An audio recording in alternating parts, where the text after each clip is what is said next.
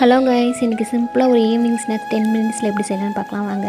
அதுக்கு கொஞ்சமாக கோஸு, வெங்காயம், பச்சை மிளகா, கடலை மாவு, அரிசி மாவு, உப்பு, சிக்கன் 65 மசாலா, கார்ன்ஃப்ளவர் மாவு, கொஞ்சமாக சில்லி பவுட்ரு, தேவையான அளவுக்கு தண்ணி ஊற்றி நல்லா பிசைஞ்சி இந்த கன்சிஸ்டன்சியில் எடுத்துக்கோங்க.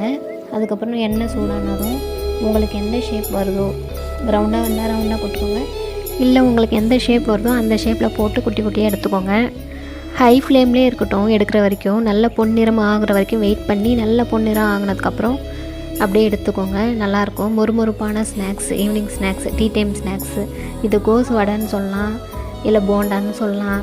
எப்படி வருதோ, நம்மளுக்கு என்ன பேர் வருதோ அந்த பேரை வச்சிக்கலாம்.